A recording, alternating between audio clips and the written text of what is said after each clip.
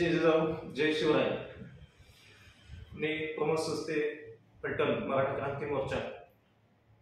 काल सकाळी जी दुर्दैवी घटना घडली शिरापूर धुमाळ बीड या ठिकाणी प्रवीण पिंगळे या तरुणानं जी 21 वर्षाच्या इतक्या लहान वयामध्ये त्याने आत्मसात केले, टोकाचं पाऊल उचललं। त्यामुळे फलटण मराठा क्रांती मोर्चा नव्हे तर संपूर्ण महाराष्ट्रामध्ये खळबळ व्यक्त होते।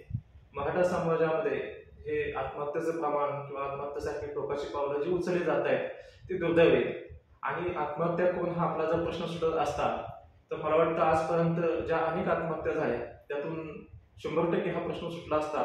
आपण अनेक वेळा रस्त्यावरची आंदोलने केली, मोर्चे काढले, परंतु हा प्रश्न पूर्ण स्वरूपामध्ये आपला सुटलेला नाही। हा संविधानिक प्रश्न आहे आणि हा संविधानिक प्रश्न असल्यामुळे आपल्याला ही जी लढाई आहे एक तर ती सत्तेच्या माध्यमातून जे किंवा न्यायालयाच्या माध्यमातून हे आपल्याला प्रश्न सोडवावे लागणार आहे।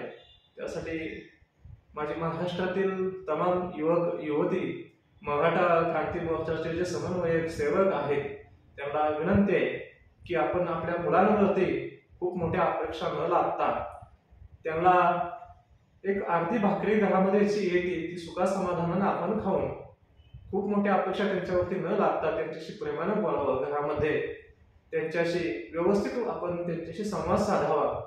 कारण तरुणांमध्ये बाहेर गेल्यानंतर जे हा प्रभाव पडतो इतर मुलांना ज्या सोयी सुविधा मिळतात त्यामुळे ती मुलं आर्थिकदृष्ट्या लगेच सक्षम होतात, प्रगत होतात आणि आपली मराठा समाजाची जी मुलं आहेत ती अशी टोकाची पावलं उचलतात नैराश्याच्या भूमिकेमधनं। हे जर आपल्याला होऊ द्यायचं नसेल तर आपल्याला आपल्याच मुलांशी घरामध्ये संवाद साधावा लागेल। संवादाशिवाय आपल्याकडे प्रभावी माध्यम नाहीये। म्हणून ह्या व्हिडिओच्या माध्यमातून मी तमाम महाराष्ट्रातील मराठा तरुण तरुणी किंवा जे मराठा सेवक आहेत, मराठा आंदोलक आहेत त्यांना मी विनंती करतो की आपण ह्या प्रश्नावरती थोडंसं राजकारण 2 दिवसाचं होतंय, परंतु आपली पुढची पिढी जी आहे ती खूप मोठी संपत्ती, आपल्याला ही संपत्ती वाया नाही जाऊन द्यायची। त्या संपत्तीकडे आपल्याला दुर्लक्ष करून चालणार नाही। आपल्या पिढ्या इथून पाठीमाग काय ससे हेलपट होपळल्या ते आपल्याला माहिती आहे। पुढच्या पिढीचं आपल्याला ससे हेलपट नाही होऊन द्यायचे।